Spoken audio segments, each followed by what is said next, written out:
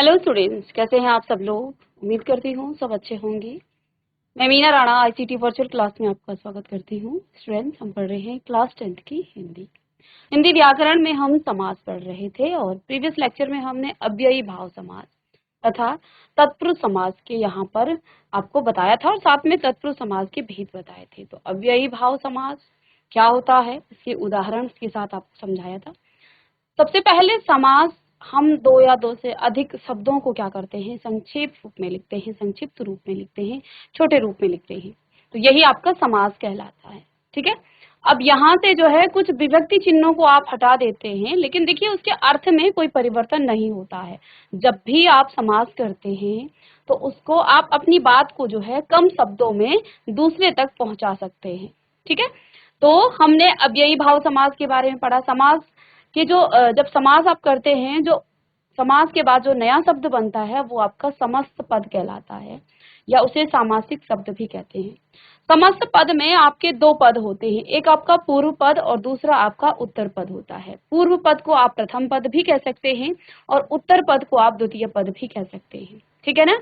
तो जब भी आप फिर समास का विग्रह करेंगे तो पुनः आपको वो शब्द मिल जाएंगे, वो विभक्ति चिन्ह मिल जाएंगे जो कि जिनका आपने लोप किया था। ठीक है।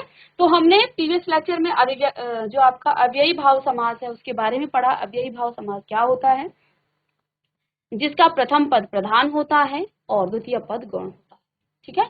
और तो यहाँ पर देखिए इसमें जो है परिवर्तनशीलता का भाव होता है और उस अव्यय पद का लिंग रूप वचन कारक में नहीं बदलता है क्योंकि वो अव्यय है। इसमें पहला पद आपका प्रधान हो जाता है और साथ में इसका जो पहला पद है वो उपसर्ग के रूप में यहाँ पर लिया जाता है। उपसर्ग जो है, जैसे यहाँ शक्ति में आपने यथा उपसर्ग जोड़ा तो यथा शक्ति एक नया शब्द बन गया। समय में आपने यथा जोड़ा तो फिर से आपका यथा समय। क्षण में आपने प्रति जोड़ा तो यहाँ क्षण प्रति क्षण बन गया। यथा संभव, फिर से यहाँ यथा आपका उपसर्ग जुड़ गया है। आजीवन, जीवन में आ उपसर्ग जोड़ा तो आपका आजीवन। उपसर्ग क्या होते हैं, आपने छोटी क्लासेस में पढ़ी हैं। उपसर्ग के द्वारा आप मूल शब्दों में उपसर्गों को जोड़ करके नए शब्दों का निर्माण करते हैं और ये जो नए शब्द होते हैं ये अर्थ में इनसे बिल्कुल अलग होते हैं। ठीक है। आमरण, मरण में आपने, अब यहाँ पर मरण जो आपका मूल शब्द है उसमें आ उपसर्ग जुड़ा हुआ है। पेट में भर उपसर्ग है, जीवन में आ है, जन्म में आ है, ऐसे ही मरण में आ है, दिन में प्रति है और खबर में बे है। तो ये जो है सभी उपसर्ग की तरह यहाँ पर उपसर्ग जो है जोड़े गए हैं। अब इसमें अपवाद भी है कि हिंदी के कई ऐसे समस्त पद हैं जिसमें कोई शब्द अव्यय नहीं होता, लेकिन परंतु जो समस्त पद है समास करने के बाद वो अव्यय की तरह प्रयुक्त होता है। ठीक है ना। तो वो भी आपका अव्ययी भाव समास में आ जाता है। दूसरा यहाँ पर जो सबसे ज्यादा इंपॉर्टेंट भी है क्योंकि इससे ज्यादा प्रश्न पूछे जाते हैं, तत्पुरुष समास से। ठीक है। तो देखिए इसके 6 भेद हैं तत्पुरुष समास के। सबसे पहली बात, तत्पुरुष समास में पहला पद गौण और दूसरा पद प्रधान होता है। इसमें कारक के विभक्ति चिन्हों का लोप हो जाता है। कारक के 8 भेद हैं लेकिन कर्ता और संबोधन को हम छोड़ देते हैं और इन्हीं लोप के आधार पर इसके 6 भेद हैं। क्योंकि कर्ता जो आपके कारक हैं, कारक के 8 भेद हैं, हमने 2 को छोड़ देना है, कर्ता और संबोधन को छोड़ देते हैं। तो बाकी जो 6 बचे, इन कारक चिन्हों के आधार पर ही तत्पुरुष समास के 6 भेद किए गए हैं। कर्ता के बाद आपके पास कर्म आ जाता है। तो पहला भेद यहाँ पर कर्म तत्पुरुष है और कर्म कारक का विभक्ति चिन्ह है को। अगर आप परिभाषा लिखना चाहते हैं तो लिख सकते हैं कि जिस समास में को विभक्ति चिन्ह का लोप होता है उसे कर्म तत्पुरुष समास कहा जाता है। हमने सीधे उदाहरण से समझाया, ग्रामगत। अब इसको पहले विग्रह, जब भी आपको समास बताना हो तो सबसे पहला काम आपको विग्रह करना, उसके अर्थ को जाने, उसमें विभक्ति चिन्हों को आप जो है ढूंढ करके उसके अर्थ विग्रह करने के बाद आपको उसके जो विभक्ति चिन्ह है वो मिल जाएंगे। पद प्राप्त, पद को प्राप्त, सर्वप्रिय, सर्व को प्रिय, यश प्राप्त, यश को प्राप्त। सभी में देखिए समास विग्रह करने के बाद आपको को विभक्ति चिन्ह मिला है। इसका मतलब ये हुआ कि यहाँ हमने को विभक्ति चिन्ह का लोप किया था। तो कर्म तत्पुरुष समास क्या हो जाता है, जिसमें को विभक्ति चिन्ह का लोप किया जाता है, उसे कर्म तत्पुरुष समास कहते हैं। और आपको पेपर में आ जाए कि सर्वप्रिय में कौन सा समास है, तो आपने क्या करना है, सबसे पहले काम समास विग्रह करना। ठीक है, तो समास विग्रह करने के बाद आप विभक्ति चिन्हों को देखेंगे। ठीक है, दूसरा यहाँ और भी है कुछ उदाहरण। शरणागत हो गया, शरण को आया हुआ, सर्वप्रिय यानी सभी को प्रिय। करण तत्पुरुष समास। अब करण तत्पुरुष समास क्या होता है, वह समास जिसमें से विभक्ति चिन्ह का लोप होता है, उसे करण तत्पुरुष समास कहते हैं। जैसे उदाहरण के लिए आप देखिए, भावपूर्ण, इसका विग्रह करने पर आपको क्या मिला, भाव से पूर्ण। वाणाहत, वाण से आहत। हस्तलिखित, हस्त से लिखित। बाढ़ पीड़ित, बाढ़ से पीड़ित। सभी में से चिन्ह आ रहा है विग्रह करने के बाद, यानी कि यहाँ से विभक्ति चिन्ह का लोप किया गया था। ठीक है, तो ये आपका करण तत्पुरुष समास हो गया। नेक्स्ट है आपका संप्रदान तत्पुरुष समास। अब संप्रदान तत्पुरुष समास क्या होता है, वह समास जिसमें के लिए विभक्ति चिन्ह का लोप किया जाता है, उसे संप्रदान तत्पुरुष समास कहते हैं। जैसे उदाहरण के लिए गुरु दक्षिणा, विग्रह करने पर आपको क्या मिला, गुरु के लिए दक्षिणा। राह खर्च, विग्रह करेंगे तो राह के लिए खर्च। बालामृत यानी कि बालकों के लिए अमृत, अमृत। ठीक है, युद्ध भूमि अर्थात युद्ध के लिए भूमि। विद्यालय, विद्या के लिए आलय। ठीक है, तो ये सभी जो है यहाँ पर आप देख पा रहे हैं, आपने जब इनका विग्रह किया तो सभी में के लिए विभक्ति चिन्ह आपके सामने यहाँ पर आया, यानी कि यहाँ पर के लिए विभक्ति चिन्ह का लोप किया गया था। तो ये आपका संप्रदान तत्पुरुष समास कहलाता है। ठीक है, नेक्स्ट आपका अपादान का मतलब, देखिए करण में भी से है और यहाँ पर भी से है, लेकिन देखिए फर्क क्या है। ये जो से है, किसी चीज से अलगाव होना, पृथक होना या अलग होने का भाव यहाँ पर प्रकट होता है। अपादान तत्पुरुष वह समास जिसमें से विभक्ति चिन्ह का लोप हो। अब से भी आपको देखना पड़ेगा से किस तरह का है। जैसे देखिए देश निकाला, यानी कि देश से निकाला, देश से अलग कर देना। बंधन मुक्त, बंधन से मुक्त अर्थात बंधन से बिल्कुल अलग कर देना, पृथक करना। पथ भ्रष्ट, पथ से भ्रष्ट यानी कि पथ से जो है दूर होना। ऋण मुक्त, ऋण से मुक्त। तो यहाँ पर जो है अलग होने का भाव प्रकट हुआ है। ठीक है, तो आइए आगे देखिए संबंध तत्पुरुष। सबसे पहले संबंध कारक का कारक चिन्ह है काकी के, रारी रे, नानी ने, इस तरह से। तो अब यहाँ पर क्या है, गंगा जल, तो जिसमें काकी के, रारी रे, इस तरह से जो है जहां आपको संबंध प्रकट दिखे तो वहां आपका संबंध तत्पुरुष समास कहलाता है। जैसे गंगा जल, जब इसका आप विग्रह करेंगे तो आपके सामने इसका विग्रह हो जाएगा गंगा का जल। गंगा जल अर्थात गंगा का जल। नेक्स्ट है नगर सेठ, नगर का सेठ। राजमाता, राजा की माता। जलधारा, जल की धारा। मतदाता, मत का दाता। अब यहाँ पर देखिए गंगा का जल, किसका जल, गंगा, तो जल किसका है, गंगा का, और गंगा का क्या है, जल है। ठीक है, तो यहाँ एक दूसरे से संबंध ये जो है बता रहे हैं।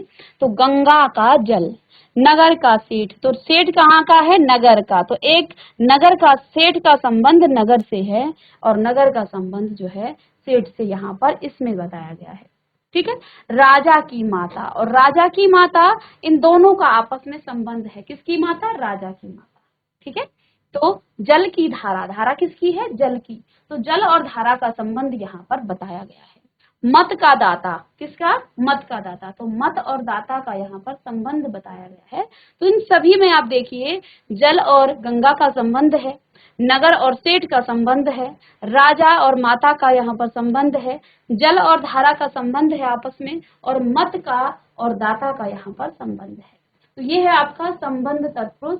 अगर आप परिभाषा लिखना चाहते हैं तो लिख लीजिएगा, वह तत्पुरुष समास जिसमें का की के विभक्ति चिन्हों का लोप किया जाता है, संबंध तत्पुरुष समास कहते हैं। या फिर आप यहाँ ये भी कह सकते हैं कि जहाँ पूर्व पद और उत्तर पद आपस में संबंधित होते हैं, है ना। यहाँ गंगा आपका पूर्व पद है और जल आपका उत्तर पद है। तो यहाँ पर आप देख पा रहे हैं पूर्व पद और उत्तर पद का आपस में क्या है, संबंध बताया जा रहा है। चलिए नेक्स्ट है अधिकरण तत्पुरुष समास। नेक्स्ट यहाँ पर अंतिम तत्पुरुष समास का भेद। इसमें में चिन्ह का लोप होता है, में या आप कह सकते हैं पर, ठीक है। अधिकरण, अधिकरण इसके नाम से आधार, अधिकरण का मतलब आधार, ठीक है। जलमग्न, जल में मग्न, ठीक है। तो जहां पर में और पर चिन्हों पर आप बीती, आप पर बीती, ठीक है। सिर दर्द, सिर में दर्द, ठीक है। घुड़सवार, घोड़े पर सवार। तो मग्न, जलमग्न, जल में मग्न, यानी यहाँ आधार है जल। आप पर बीती, किस पर बीती, आप पर। सिर में दर्द, किस में हो रहा है दर्द, सिर में दर्द। घोड़े पर सवार, तो ये आधार है, अधिकरण, ठीक है। तो यहाँ पर ये जो है आधार हैं और इसका विग्रह करने के बाद आपको इसके विभक्ति चिन्हों का पता चलता है कि कौन से विभक्ति चिन्ह का यहाँ पर प्रयोग हो रहा है। और विभक्ति चिन्हों के आधार पर साथ में सिर्फ चिन्हों को नहीं देखना है, उसके भाव को भी आप देखेंगे। जैसे कि हमने अभी इससे पहले कहा कि आपके जो आपके तत्पुरुष समास है उसमें मैं विभक्ति चिन्ह का प्रयोग किया जाता है, तो वहां पर आपको देखना पड़ेगा कि कौन सा आपका तत्पुरुष समास है। तो इस प्रकार से 6 भेद हैं तत्पुरुष समास के। एक क्विक नजर डालते हैं। पहला भेद है कर्म तत्पुरुष समास, जिसमें को विभक्ति चिन्ह का लोप होता है और समास विग्रह करने के बाद आपको पुनः वो चिन्ह मिल जाता है। करण तत्पुरुष समास, जिसमें से विभक्ति चिन्ह का लोप होता है लेकिन पुनः आप जब उसका विग्रह करेंगे तो उससे चिन्ह आपको मिल जाएगा, यानी कि समास को पहचानने के लिए आपको विग्रह करना आना चाहिए। संप्रदान तत्पुरुष समास, जिसमें के लिए चिन्ह का लोप होता है। अपादान तत्पुरुष समास, जिसमें से, अब यहाँ से पृथक और अलग के लिए है का लोप होता है, वहां अपादान तत्पुरुष समास है। तो वो तो आपको देखना पड़ेगा कि कहाँ अलगाव हो रहा है, ठीक है ना।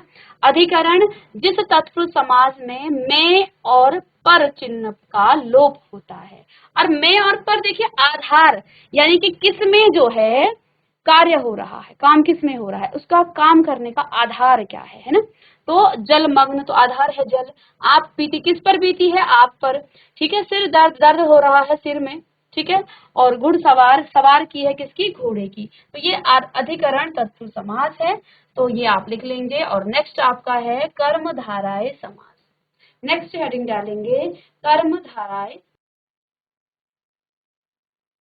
अब कर्मधारय समास क्या होता है, इस समास के पहले और दूसरे पद में विशेषण, विशेष्य अथवा उपमान और उपमेय का संबंध होता है। अब कई बार आपको प्रश्न पूछा जाता है इसकी परिभाषा के आधार पर ही, कौन से समास में विशेषण और विशेष्य होता है, ठीक है। तो विशेषण और विशेष्य किसमें होता है, कर्मधारय समास में। तो लिख लीजिएगा इस समास के पहले और दूसरे पद में विशेषण और विशेष्य। विशेषण आप जानते हैं, जब हम किसी संज्ञा या सर्वनाम की विशेषता बताते हैं तो वो आपका क्या कहलाता है, विशेषण। लेकिन आप जिसकी विशेषता बताते हैं उसे विशेष्य कहते हैं, यानी कि आपने किसकी विशेषता बताई है, जो भी आप जिसकी भी विशेषता बताएंगे वो आपका विशेष्य कहलाएगा, ठीक है। या फिर उपमान और उपमेय का यहाँ पर संबंध। तो अलंकार आपको पढ़ाएंगे, या जिन्होंने नहीं पढ़ा है, जिन्होंने पढ़ा है तो उसे पता है उपमेय और उपमान क्या होता है, ठीक है। चलिए कर्मधारय समास लिखिएगा, जिसमें पहला और दूसरा पद विशेष्य और विशेषण होता है। अब यहाँ पर उदाहरण में देखिए, समस्त पद में है विशेषण विशेष्य। तो देखिए महापुरुष, विशेषण क्या है यहाँ पर, महा, महान, महान है जो पुरुष। विग्रह करने के बाद महापुरुष का मतलब क्या होता है? महान है जो पुरुष। पीतांबर, पीला है जो अंबर। प्राण प्रिय, प्राण है जो, प्रिय है जो प्राणों से या प्राणों को। ठीक है, तो ये है आपका विशेषण और विशेष्य। यहाँ पर पुरुष जो है आपका विशेष्य है, क्योंकि हमने पुरुष की विशेषता बताई है। इस वाक्य में पुरुष की विशेषता बताई गई है। क्योंकि यहाँ पुरुष की विशेषता बताई गई है, तो पुरुष यहाँ पर आपका विशेष्य है और महान यहाँ पर विशेषण है। ठीक है। पीतांबर, पीला है जो अंबर। तो यहाँ पर पीत धन अंबर, पीतांबर, तो पीला है जो अंबर। तो विशेषता किसकी बताई है? अंबर की। और कैसा है वो? पीला।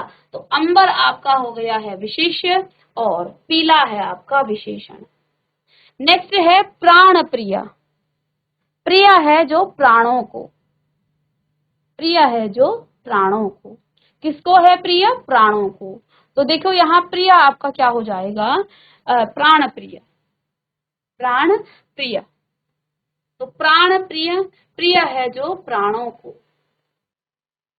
तो प्रिय आपका क्या है? विशेषण है। अब नेक्स्ट यहाँ पर उपमेय और उपमान के बारे में बताया।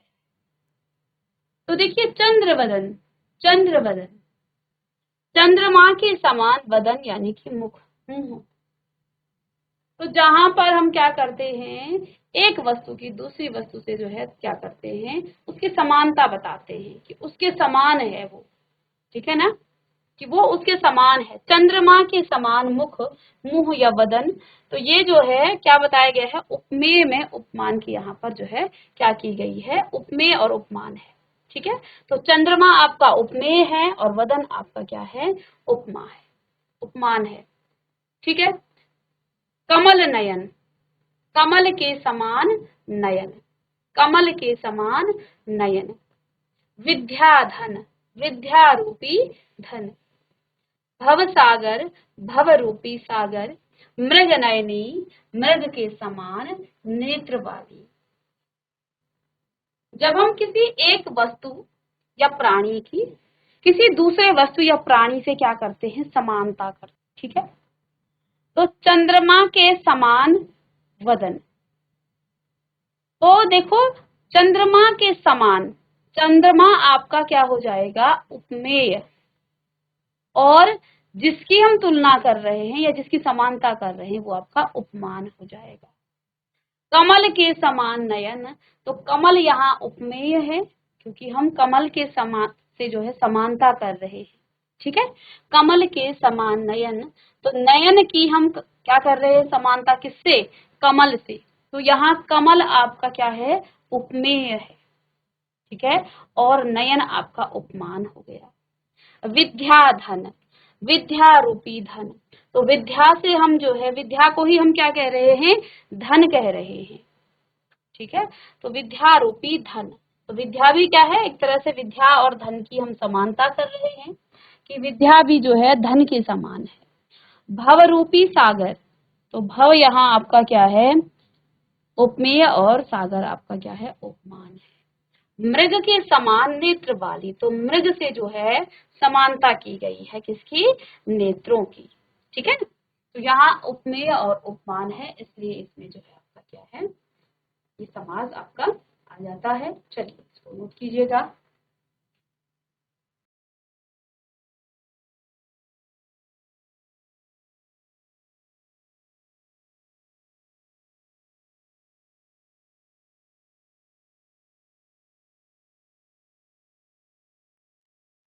साथ में कुछ कर्म धाराएं समास के और उदाहरण यहाँ पर हम लिख लेंगे। ठीक है, चलिए यहाँ पर है ही जगह, यहाँ पर लिख लेते हैं। चरण कमल, और आप इनके समास विग्रह करेंगे। ठीक है, समास विग्रह आपको करना है इन शब्दों के। ठीक है, ऐसे ही नील गगन, चरण कमल,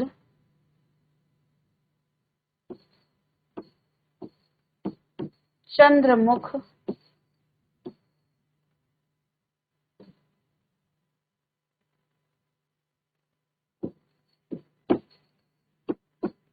महात्मा। इन शब्दों के समास विग्रह कीजिएगा।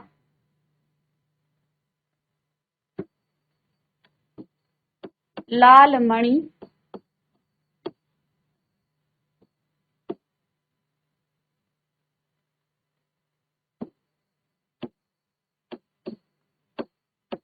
महादेव और नवयुवक।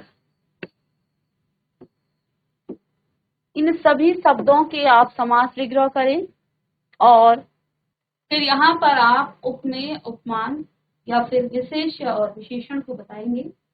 ठीक है, समास विग्रह कीजिए।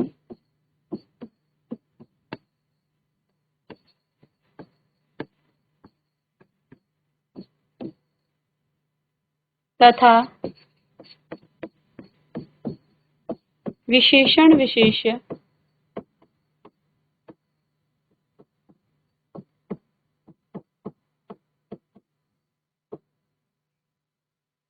विशेषण विशेष्य व उपमेय, उपमान बताइए।